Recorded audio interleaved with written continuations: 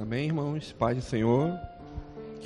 Por favor, abra sua Bíblia no Evangelho de Mateus, capítulo 13, versículo 44.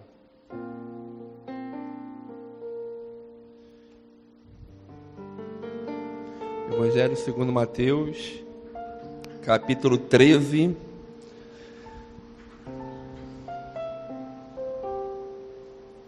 versículo 44. Amém? Todos acharam?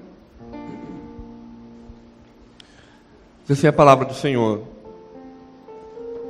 Acharam? Verifica se tem algum visitante ao seu lado que está sem a Bíblia. Compartilha a Bíblia com ele, por favor. Não permita que ninguém fique sem acompanhar a leitura.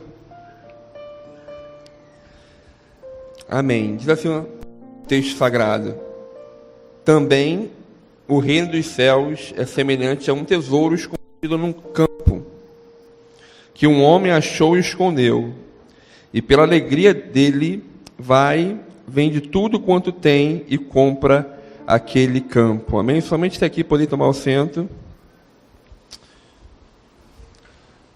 Glória a Deus. Irmãos, que noite maravilhosa.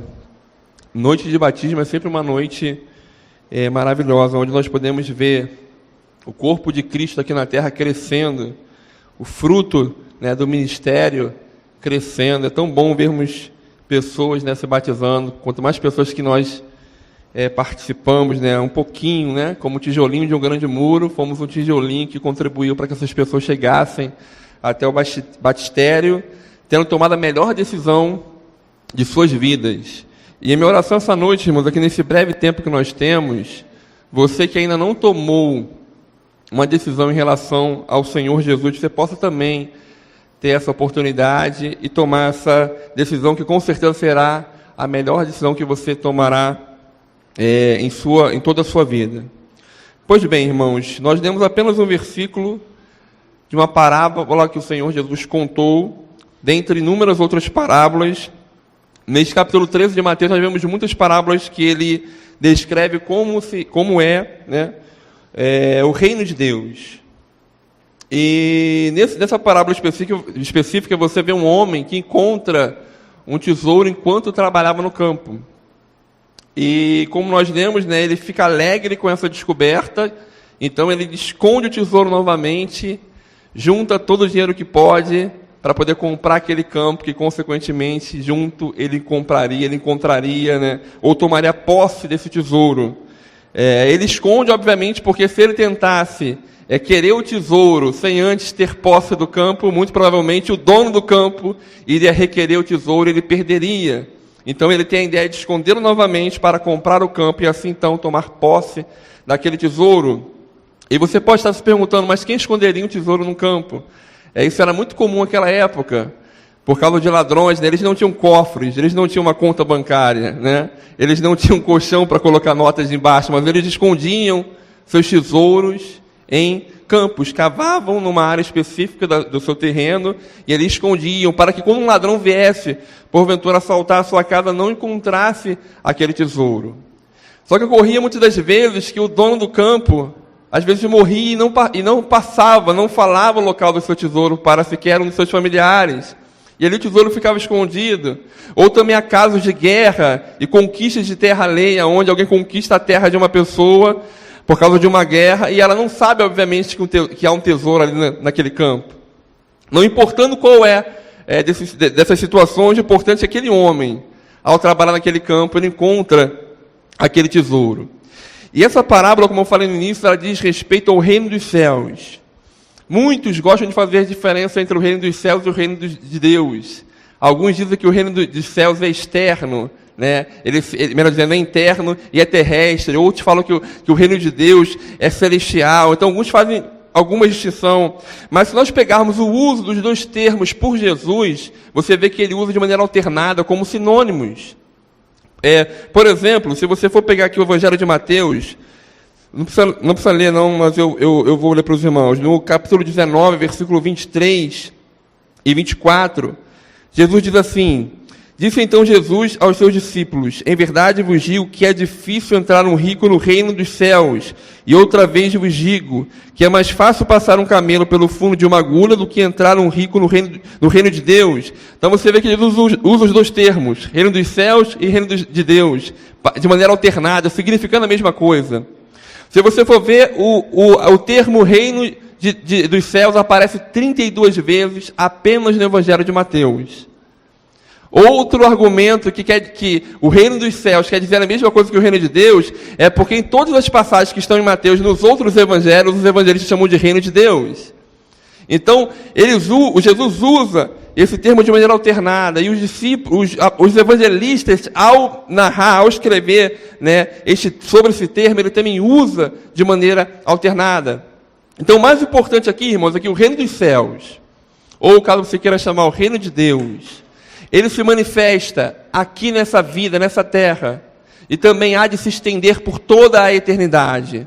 O reino de Deus está entre nós agora. O reino de Deus pode ser encontrado, pode ser achado por você aqui e agora. E o reino de Deus o reino dos céus irá se estender por toda a eternidade. E nós que hoje somos participantes desse reino, que somos súditos do reino de Jesus, que é Rei dos reis e Senhor dos senhores, Rei sobre todos. Nós somos súditos deste reino, aqui e agora, e seremos súditos deste reino para todo o sempre. Amém? Você crê nisso, irmãos? Então, nessa noite, brevemente, eu gostaria de falar em cima desse versículo que nós lemos, 3 características do reino dos céus. E a primeira dela é que o reino do céu, o reino de Deus, o reino dos céus, ele é surpreendente. Então eu gostaria de falar sobre a surpresa do reino. Esse homem ele foi surpreendido. Esse homem encontrou aquilo que ele não procurava. Esse homem tropeçou naquilo que ele não procurava. E o que ele estava fazendo quando isso aconteceu, irmãos? Esse homem apenas o quê? Trabalhava. Ele apenas trabalhava. Ele estava vivendo a sua vida. Ele estava naquele campo, talvez com uma enxada, ou talvez com um arado, não importa, ele estava usando sua ferramenta. Enquanto naquele campo ele trabalhava, ele encontra aquele tesouro. E ele é surpreendido por esse tesouro. Se eu fosse perguntar aqui para cada pessoa que um dia encontrou Jesus, com certeza ela terá um testemunho de como esse encontro foi surpreendente. E o que esse encontro modificou, mudou, transformou a sua vida. Se eu fosse perguntar para cada pessoa que hoje tem Jesus no seu coração, ela vai com certeza ter um testemunho maravilhoso para contar a respeito de quanto maravilhoso foi esse encontro. Talvez, irmãos, como eu falei aqui, este homem estava trabalhando. Talvez não, ele estava trabalhando. Mas talvez você tenha vivido sua vida, tem trabalhado. Sua rotina nesse ano mudou como a de todo mundo devido a essa pandemia, devido à quarentena. Talvez você trabalhava fora, agora você está trabalhando de casa. Ou talvez você continue trabalhando fora, pegando condução, pegando talvez o seu carro, caso você não tenha, pegando um trem, um metrô. E você tem vivido a sua vida. Normalmente, esse homem também vivia a sua vida normalmente, tranquilamente, naquele campo. Ele era apenas um empregado trabalhando no campo, mas ele foi surpreendido ao encontrar aquele tesouro. Talvez você hoje está aqui essa noite porque recebeu um convite, está aqui essa noite porque veio assistir, participar de algo importante que iria acontecer na vida de um parente ou de um amigo. Mas saiba que você não está aqui por um acaso. Assim como aquele homem tropeçou naquele tesouro, achou sem encontrar. Você veio aqui nessa noite não querendo procurar nada. Você não veio querendo encontrar nada. Mas eu tenho algo importante para te dizer essa noite. Que se você estiver atento, se você abrir o seu coração para o que será falado aqui nessa noite, você está prestes a encontrar o maior tesouro da sua vida. E eu te garanto que não há nada mais importante ou mais valioso que um dia você poderá encontrar, porque não há nada mais importante, mais valioso do que o tesouro que está aqui nesta noite. Você pode dizer amém, igreja? E assim como esse homem, Paulo citando Isaías, em Romanos 10, 20, Paulo cita Isaías 65, 1, lá em Romanos 10, 20, ele diz: Isaías ousadamente diz: fui achado pelos que me não buscavam, fui manifestado aos que por mim não perguntavam. Paulo, usando Isaías para fazer uma crítica a Israel, que rejeitou o Messias, ele diz: olha, outros que não me procuravam me acharam. Se referindo a nós, os gentios, nós não éramos povo de Deus, mas fomos feitos povo de Deus em Cristo. Então, talvez essa noite, você entrou por aqui sem nenhuma pretensão de ser chamado de crente. Talvez você não goste nem desse termo. Talvez você entrou aqui essa noite sem nenhuma pretensão de encontrar nada, além de assistir um culto, a mesma palavra, o mesmo batismo, o mesmo louvor, o mesmo tudo, mas permita eu te dizer nessa noite, você pode ser surpreendido ao encontrar aquilo que é tão valioso que você jamais encontrará em outra ocasião em toda a sua vida. Então, a primeira característica, como eu falei, é em relação à surpresa que esse reino traz quando você o encontra. A surpresa do reino. Segunda característica que eu queria falar para os irmãos essa noite, o valor desse reino. O valor desse reino. Por que Jesus ele representa, nessa passagem, o reino de Deus como um tesouro? O que poderia ser mais valioso? Vocês entendam que uma parábola é uma representação de uma realidade espiritual. Então, quando Jesus usa elementos para compor aquela palavra, ele não escolhe aleatoriamente. Ele não escolhe assim, num saquinho de palavras. Deixa eu ver uma palavrinha aqui, vou usar essa palavra aqui. Não. Cada palavra tem seu significado. E quando Jesus usa a palavra tesouro para representar o reino dos céus, nesta parábola, como em outras que ele também faz uso, ele está tentando demonstrar o valor infinito, o valor tremendo, o valor inigualável, o valor incomparável, o valor que não tem como de se comparar. O reino dos céus, que você pode encontrar hoje, agora, aqui neste lugar, ele não tem valor calculado. Ele é incalculável, como eu falei, não há nada que você possa comparar. Não há nada que você possa imaginar. Você pode comparar com todo o tesouro do mundo, com todo o dinheiro do mundo, não há nada tão precioso, tão valioso, com o reino de Deus que pode ser encontrado por você gratuitamente. Esse homem não trabalhou por aquele tesouro. Ele estava lá. Ele foi encontrado. Ele não comprou nenhuma moedinha daquele tesouro. Ele não comprou nenhuma peça de ouro daquele tesouro. Ele não trabalhou por aquele tesouro. Ele simplesmente estava lá. O maior presente de todos, o maior bem espiritual que você pode receber, ele sequer será trabalhado por você. Você não trabalhará nada para conquistá-lo. Por quê, pastor? Porque Jesus já trabalhou por ele. O preço já foi pago. Eu não estou indo contra a mensagem, não. Daqui a pouco eu vou explicar em relação à compra do campo. Fique tranquilo. O fato é que o tesouro estava lá. Aquele tesouro não foi comprado por aquele homem. Aquele tesouro não foi conquistado por aquele homem. Aquele tesouro não foi vencido por aquele homem. Não, o tesouro simplesmente estava lá e foi encontrado por ele. Foi encontrado por ele. E nessa noite você pode sim encontrar o maior tesouro de sua vida e o tesouro de maior valor. E você, lendo o texto, você vai ver que quando isso é um encontro desse tesouro, ele fala que pelo gozo, pela alegria dele. Ou seja, ele encontra o tesouro e automaticamente gera nele que uma alegria, um gozo, algo, inenarrável a palavra, que não tem como expressar. Ele fica tão alegre que ele faz o quê? Ele larga tudo e vai vender o que tem para comprar aquele campo. Mas vocês percebam que o valor que aquele tesouro tinha, trouxe o que para ele? A alegria. Você já parou para pensar que tudo que te traz alegria ou tristeza é aquilo que você mais valoriza na vida? Porque a alegria e a tristeza estão ligadas àquilo que você mais valoriza. Quando um filho nasce, qual é a maior alegria de um filho nascer? Qual é a maior tristeza de um ente querido falecer? Por quê? Porque você ama.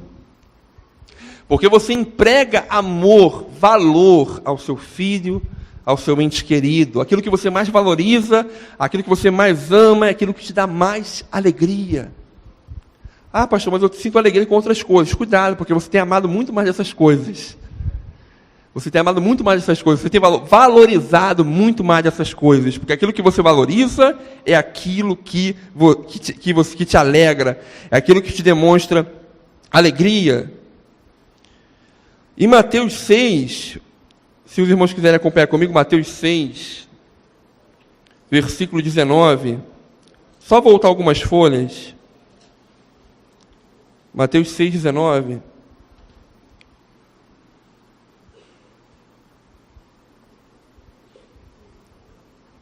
Jesus fala, amém? Evangelho de Mateus 6, versículo 19.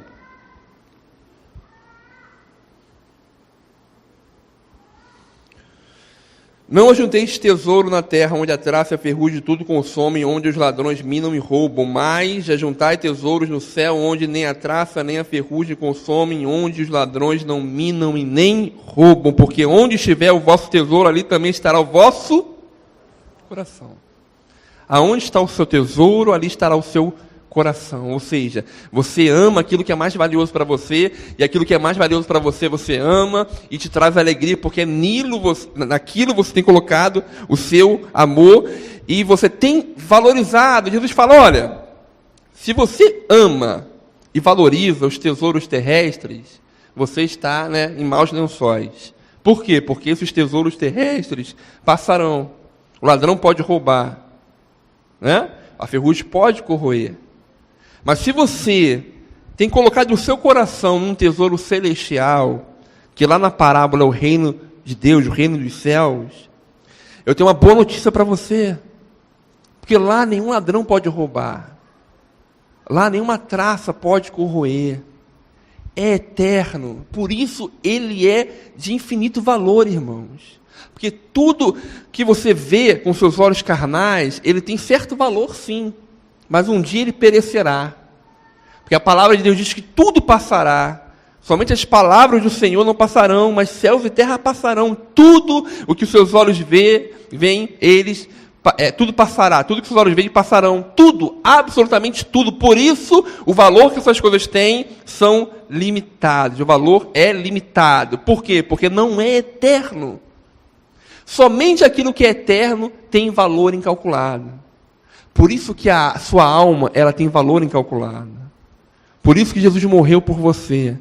Porque o valor que a sua alma tem não tem preço. Por isso que Jesus morreu por você.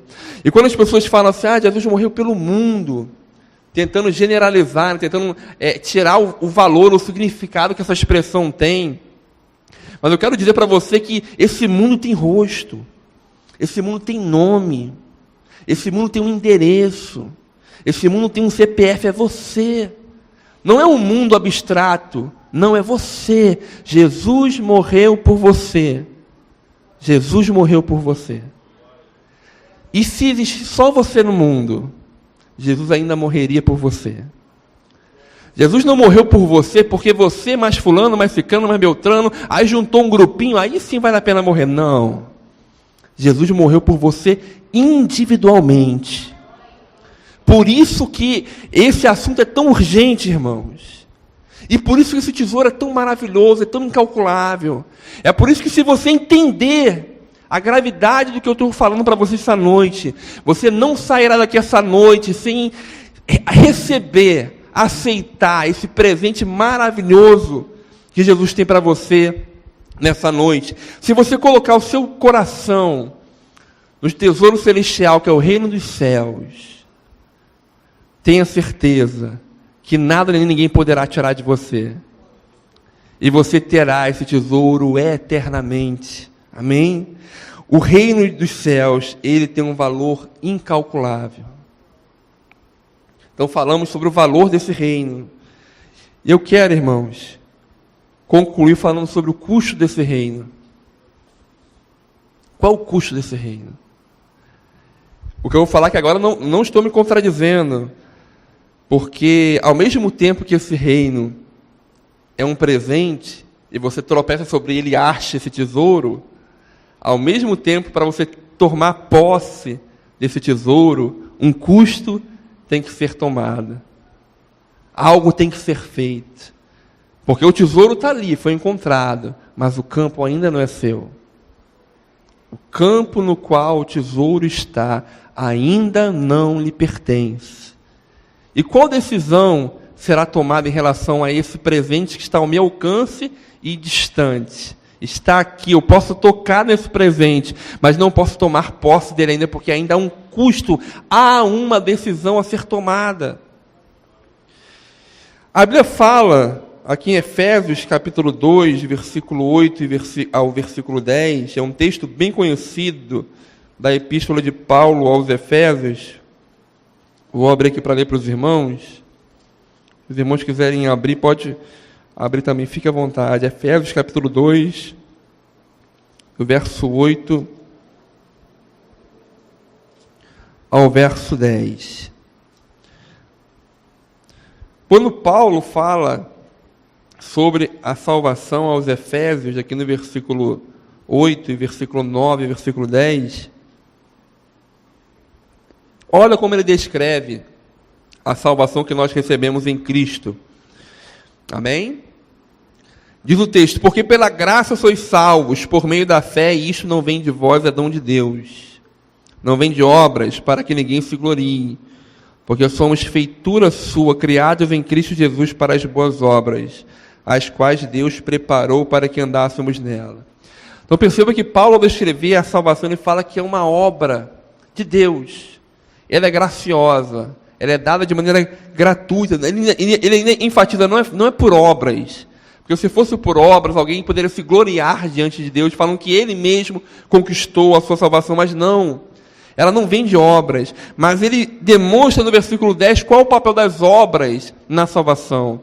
Ele fala que nós fomos feitos para as boas obras, para que nós andássemos nelas. Então as obras têm um papel de demonstrar o coração daquele que foi entregue a Cristo. Aquele que já foi conquistado por esse tesouro. Aquele que já teve encontro com esse presente gratuito de Deus, aquele que teve encontro com a graça maravilhosa de Deus, ele agora vai fazer o quê? Vai andar nas obras para as quais ele foi feito. E vai andar nas obras, né, que foram feitas para que nós andássemos nela, como diz o apóstolo Paulo aqui no versículo 10. Então, a salvação, o reino dos céus, sim, é um presente, é gratuito. Como eu falei, aquele homem não precisou trabalhar para comprar nenhuma daquelas moedas, para comprar nada que fazia parte daquele tesouro. Mas quando ele se encontra com esse presente, ele tem que tomar uma atitude radical. Quando ele se encontra com esse tesouro, ele não poderia mais viver da mesma maneira. Quando ele se encontra com essa grande descoberta que o surpreendeu, como nós falamos, ele decide tomar uma decisão. E ele faz o seguinte: já sei o que eu farei. Eu vou vender tudo que eu tenho. Vou entregar tudo que eu tenho. Tudo que eu tenho.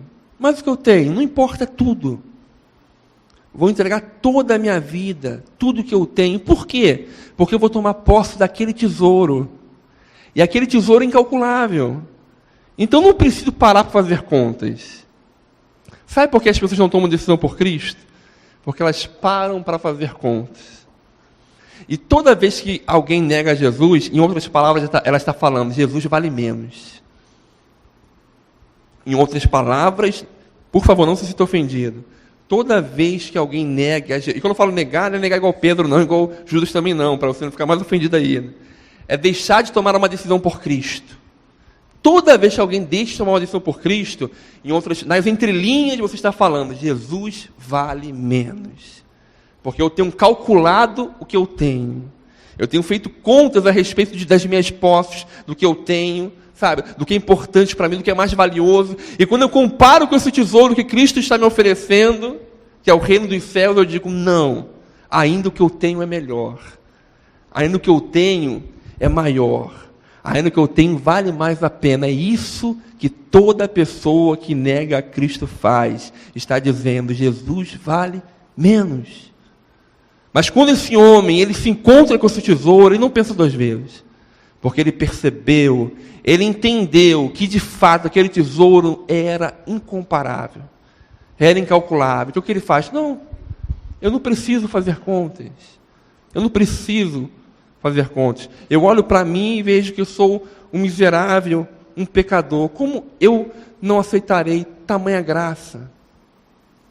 Então ele não trabalhou por aquele tesouro, mas ele precisou abrir mão de muitas coisas por aquele tesouro.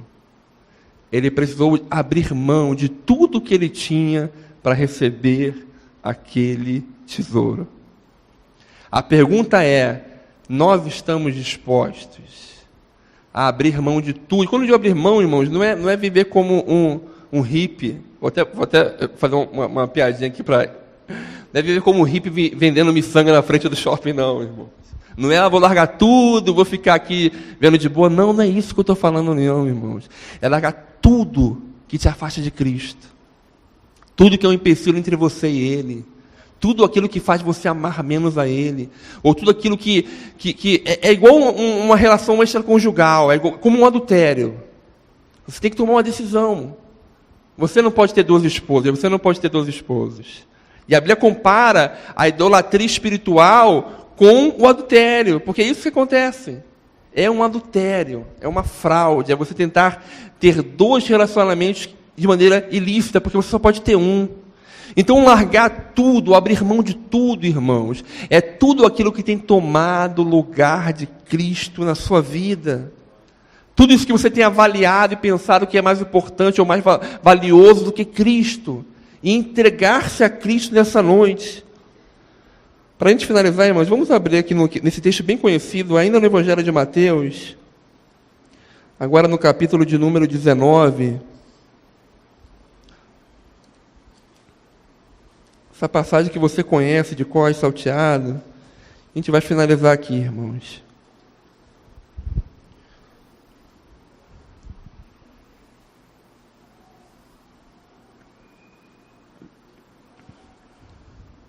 Amém? Evangelho de Mateus, capítulo 19, versículo 16. Amém? E eis que alguém aproximando-se disse-lhe, bom mestre, que farei para conseguir a vida eterna? O que Jesus responde para esse jovem? Você pode ler para mim? Pode ler em voz alta enquanto eu bebo um pouco de água.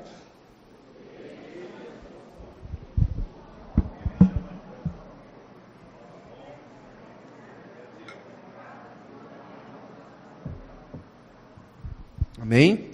Vou botar a culpa na máscara, tá? Se preocupa não. Jesus fala, olha, por que você está me chamando de bom? Você não sabe o que tem que ser feito? Você não é um bom judeu? Guarda os mandamentos. Aí esse jovem, o que ele faz? Ele pergunta para Jesus. Ele pergunta, quais, Senhor? Versículo 18. Jesus respondeu, não matarás, não cometerás adultério, não furtarás, não dirás falso testemunho, honra teu pai e tua mãe, amarás teu próximo como a ti mesmo. Versículo 20, disse o jovem, tudo isso tenho feito, tenho guardado, desde a minha juventude. O que me falta ainda?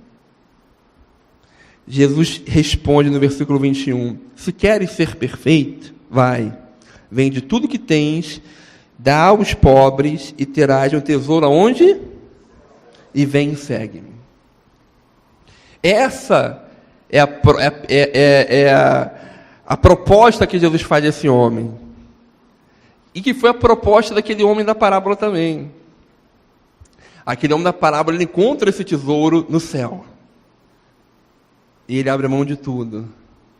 E toma posse daquele tesouro. E qual foi o fim desse jovem? Vamos continuar a leitura? Você já conhece, mas vamos lá. Versículo de número 22. E o jovem, ouvindo esta palavra, retirou-se triste, porque possuía muitas o quê? Ele fez as contas. Ele fez as contas. Não, eu tenho muitas propriedades. Não vale a pena. Não vale a pena abrir mão de tudo para ter um tesouro no céu. Irmãos, e para você essa noite, irmãos? O que vale a pena para você essa noite? O que é mais importante para você essa noite? Você pode fazer essa conta agora? Peça a igreja para se colocar de pé, por favor. para a gente poder encerrar e orar. O que é mais importante para você essa noite, meu amigo, meu irmão, meu querido visitante? O que tem sido mais valioso para você? Eu posso te responder com toda certeza, nada disso é mais importante do que o que Cristo tem para te entregar essa noite. Nada. Ah, pastor, mas eu não tenho certeza ainda se vale a pena. Vale a pena. Não precisa fazer contas. Não precisa. Não há nada que você vai abrir mão na sua vida por Cristo que não valerá a pena.